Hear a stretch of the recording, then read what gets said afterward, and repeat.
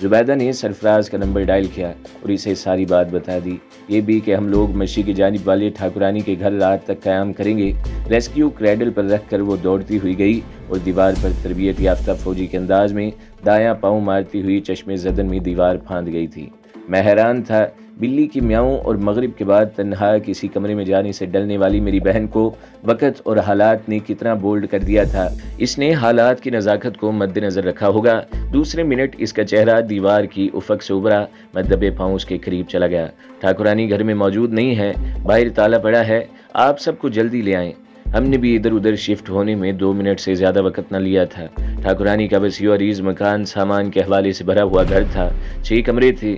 ہم نے آخری کمرے کو صاف کر کے فرشی دری بچھا دی تھی۔ جن حالات سے ہم گزر چکے تھے، نیند اور تفریح کا صرف تصور ہی کیا جا سکتا تھا، اس لیے تینوں خواتین نے الگ اپنا گروپ بنا لیا تھا۔ انو سرگوشیوں میں بولنے کا ٹھرک پورا کرنے لگی تھی۔ کیا ٹھاکرانی کا کوئی عزیز رشتہ دار ہے؟ میں نے پوچھا۔ نہیں، اس کا کم از کم سری نگر میں کوئی عزیز نہیں رہتا، زبیدہ نے جواب دیا۔ اس نے خود مجھے بتایا تھا کہ 40 برس قبل وہ لوگ ہمالیہ کی اترائی کی ایک خانقاہ سے نکل کر یہاں آباد ہوئے تھے۔ ٹھاکر پرشرام جس مندر میں تھا، اس کے سامنے بدھ مت کی خانقاہ تھی۔ ٹھاکرانی وہاں تھی، پھر ٹھاکر نے مندر چھوڑ دیا اور ٹھاکرانی خانقاہ سے نکل آئی تھی۔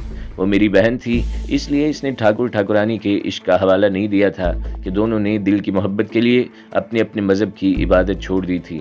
اسے شاید معلوم نہ تھا کہ محبت چیز ہی ایسی ہے جس سے ہو جائے آدمی سارے رشتے، تمام عقائد اور مفادات چھوڑ کر اس کا ہو کر رہ جاتا ہے۔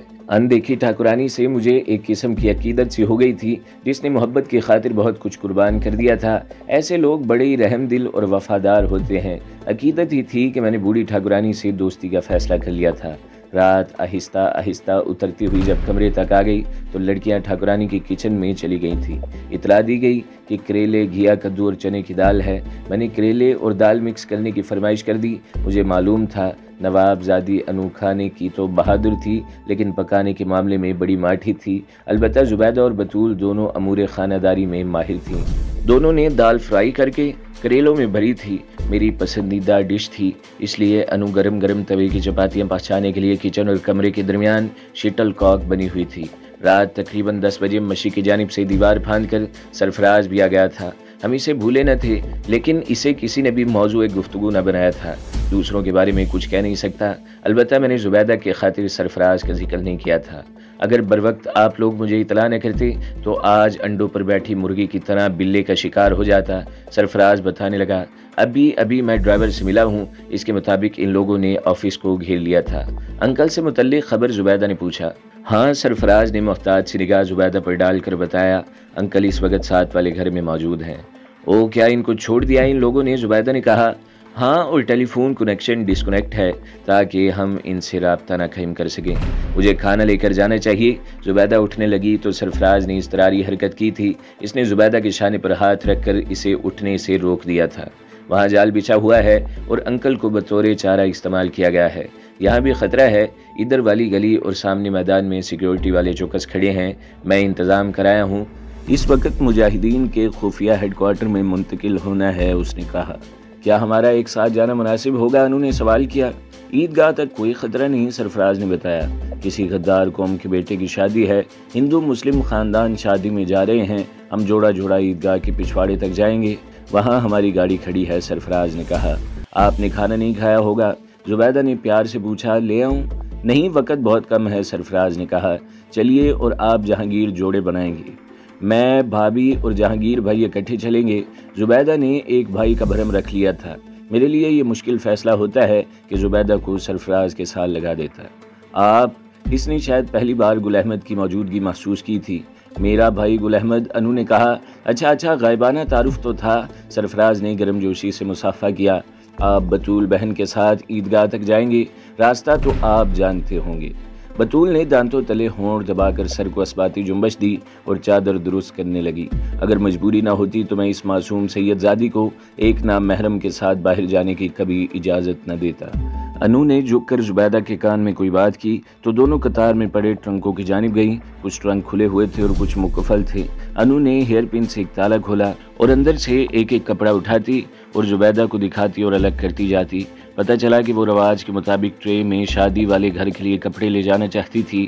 ایسی ایک ٹرے سجا کر بطول کے بھی حوالے کر دی گئی تھی۔ ہمارے درمیان اتنا فاصلہ تھا کہ ہم ایک دوسرے کو دیکھ رہے تھے۔ سرفراز، گل احمد اور بطول کے گروپ آگے کے تھے، کچھ اور بھی لوگ ادھر جا رہے تھے۔ شادی والے گھر کے باہر بہت سے لڑکے دائرے میں کھڑے آتش بازی کا مظاہرہ کر رہے تھے۔ کسی بڑے باپ کا بیٹا تھا، ورنہ اتنی آزادی اور اس دھوم سے شادی نہ ہوتی۔ ہم بخریت عیدگاہ کے عقب میں جا پہنچے۔ جھاڑیوں میں سے 3 آدمی نکلے۔ سرفراز سے کچھ باتیں کر کے پھر جھاڑیوں میں داخل ہو گئے۔ پھر ایک فورڈ ٹرک ریورس میں آتا دکھائی دیا۔ ٹرک پر بھوسے کی گانٹھیں لوڈ تھیں۔ ہم سرفراز کی ہدایت پر فوراً گانٹھوں کے پیچھے چلے گئے تھے۔ اتنی جگہ نہ تھی، نیچے ترپال بچھا ہوا تھا، اوپر بھی ایک ترپال تھا۔ تقریباً آدھا گھنٹہ ٹرک اونچی نیچی سڑک پر چلتا ہوا جب رکا تو سرفراز نے آواز دی۔ میں نے پہلے خواتین کو نیچے اتارا، پھر میں اور گل احمد نیچے کو گئے تھے۔ چاروں اطراف قد آور درختوں کا جنگل تھا۔ بلندی سے سری نگر کا سارا علاقہ پاؤں میں دکھائی دے رہا تھا۔ ایک فرلانگ دشوار چڑھائی کا سفر خواتین کے لیے مشکل ثابت ہوا تھا۔ جب میں نے انو کو سہارا دینا چاہا تو اس نے فراغ دلانہ انداز میں میری آفر مسترد کرتے ہوئے کہا کہ زبیدہ اور بطول کو سہارے کی زیادہ ضرورت ہے۔ زبیدہ نے اونچی ایڑی والی سینڈل اتار دی تھی، اس لیے وہ قدم جما کر اوپر چڑھی تھی۔ البتہ بطول کا ہاتھ میں نے تھام رکھا تھا۔ وہ ایک قدرتی تالاب تھا، جیسے عموماً پہاڑیوں کی چوٹیوں پر ہوتا ہے۔ برف ہٹا کر تالاب کو درختوں کے تنوں سے ڈھانپ دیا گیا تھا۔ چھت پر بکریوں کا ریوڑ بیٹھا جگاری میں مصروف تھا۔ جھاڑیوں کے اندر تالاب تک جانے کے لیے گول سوراخ بنایا گیا تھا جو باہر سے دکھائی نہ دیتا تھا۔ جو ہی ہم داخل ہوئے، ایک مشل بردار نے السلام علیکم کہہ کر ہمارا استقبال کیا تھا۔ پتھروں کو جوڑ کر سیڑھیاں بنائی گئی تھیں۔ پتھر ایک سائز کے نہ تھے، اس لیے احتیاط سے اترنا ضروری تھا۔ مشل نہ ہوتی تو شاید ہم میں سے کوئی گر پڑتا۔ باہر کی فضا خاصی خنک تھی، مگر اندر کا موسم خوشگوار تھا۔ سرفراز رہنمائی کر رہا تھا۔ ہمارا قافلہ جب تالاب کے پیٹ میں اترا تو مشل کی روشنی میں مجھے دائرے میں بیٹھے اور لیٹے بہت سے لوگ دکھائی دیے۔ ایک شخص سبز چادر اوڑھے جہاں بیٹھا ہوا تھا، اس کے ارد گرد 10-12 آدمی دوزانوں بیٹھے ہوئے تھے۔ سرفراز ہمیں ادھر ہی لے گیا۔ السلام علیکم، میں اور سرفراز بیک زبان بولے۔ وعلیکم السلام پیارے بچوں، چادر پوش نے نرم آواز میں جواب دیا۔ او آپ؟ جو ہی چادر پوش کے چہرے پر مشل کی روشنی پڑی، میں اچھل پڑا۔ میرے سامنے سید برکات علی شاہ بیٹھے ہوئے تھے، مرشد کامل، شعلہ حریت، اسلامیات کے پروفیسر اور خطیب مرکزی جامع مسجد، جن کی گرفتاری پر انعام کا کئی بار اعلان ہوا تھا اور جن کی گرفتاری سے معذرت پر مجھے بطور سزا لائن حاضر کر دیا گیا تھا، جن کے بارے میں افواہ پھیلی تھی کہ شاہ صاحب ایک مقابلے میں شہید ہو گئے ہیں اور فوج نے ان کی لاش دینے سے انکار کر دیا ہے، وہی شخص میرے سامنے تھا۔ آگے آؤ جہانگیر احمد شاہ صاحب بولے۔ معاف کرنا بچے، میں ایک ٹانگ سے محروم ہوں، مصنوعی ٹانگ ٹھیک ہو رہی ہے۔ لوگوں نے ادھر ادھر ہٹ کر ہمیں راستہ دیا۔ میں والہانہ انداز میں جھک کر آگے بڑھا، لیکن میرے دونوں ہاتھ شاہ صاحب نے پاؤں تک نہ جانے دیے تھے۔ میں گھٹنوں کے بل ان کے سامنے بیٹھ گیا تھا۔ اس افواہ میں جھوٹ صرف اتنا تھا، شاہ صاحب نے کہا میں شہید ہونے کی سعادت حاصل نہ کر سکا، میری ٹانگ الگ ہو گئی تھی، 14 گولیاں نچلے دھڑ میں لگی تھیں، مجھے میرے ساتھی برستی آگ سے نکال لے گئے تھے۔ حیران تو میں بھی ہوں جہانگیر احمد، تم تو پولیس میں انسپکٹر تھے، پھر یہاں؟ فرصت ملی تو اپنی کہانی عرض کروں گا حضرت جی۔ سنا ہے تمہارا گھر؟ انہوں نے کہا۔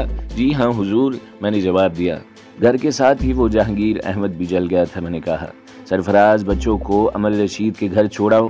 شاہ صاحب نے انو پر اچٹتی سی نگاہ ڈالی اور پھر مجھ سے کہنے لگے، تم نے اچھا فیصلہ اور سیدھا راستہ اختیار کیا ہے۔ اس مظلوم و محکوم قوم کو تم جیسے نوجوانوں کی ضرورت ہے۔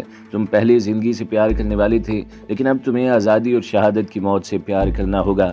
دیکھو بیٹے، موت، گولی تو درکنار ایٹم بم بھی وقت سے 1 سیکنڈ پہلے نہیں دے سکتا۔ میری طرف دیکھو، میں پورے 4 گھنٹے مارٹر گنوں، دستی بموں اور آگ بھڑکانے والے گولوں کے درمیان لڑتا رہا ہوں۔ موت کا وقت نہ تھا، زندہ رہا، اور اب میں بھکاریوں کے روپ میں ہر روز شہادت کی تلاش میں نکل پڑتا ہوں۔ موت کو آنا تو ہے، پھر کیوں نہ ہم موت آنے تک آزادی کے لیے لڑیں۔ تمہاری آمد سے پہلے جو پروگرام مرتب ہوا ہے، اتفاق رائے سے تمہارا نام دیا گیا ہے، اس لیے کہ تم انگریزی، اردو اور کشمیری تینوں زبانوں پر عبور رکھتے ہو۔ کچھ منظور نظر کشمیریوں کو بین الاقوامی مبصر ٹیم سے ملنے کی اجازت دی گئی ہے۔ میں نے میر وائز فاروق سے بات کر لی ہے، اس وفد میں تم بھی شریک ہوگے۔ میں نے اردو کی ایک جامع رپورٹ تحریر کی ہے، میں چاہتا ہوں آج رات تم اس مضمون کو انگریزی کے کالم میں ڈھال دو۔ میں نے بھارت سرکار کا اصلی چہرہ بے نقاب کرنے کی کوشش کی ہے۔ اگر تم کسی جگہ رد و بدل کرنا چاہو تو کر لینا۔ میں چاہتا ہوں انصاف کے دائی لوگ بھارت سرکار کا اصل روپ اور کشمیری قوم کی مظلومیت جان لیں۔ وفد زبانی بات کرے گا تو موقع پا کر رپورٹ ٹیم کے حوالے کر دینا۔ یہ میرے لیے بہت بڑا اعزاز ہے حضرت، میں نے ادب سے کہا، لیکن مقامی حکام مجھے فوراً پہچان لیں گے۔ میں مفرور اور منحرف ملازم ہوں، میں نے کہا۔ اس کا انتظام بھی سوچ لیا گیا ہے۔ شاہ صاحب نے ایک بوڑھے کی طرف اشارہ کیا۔ عبداللہ خان ایک ماہر میک اپ کرنے والا ہے، اگر تم چاہو تو تمہیں فاروق عبداللہ کا چہرہ دے سکتا ہے۔ عبداللہ خان، کیا میں غلط کہہ رہا ہوں؟ انہوں نے کہا۔ یہ حضرت کی ذلہ نوازی ہے، وہ سر جھکا کر بولا۔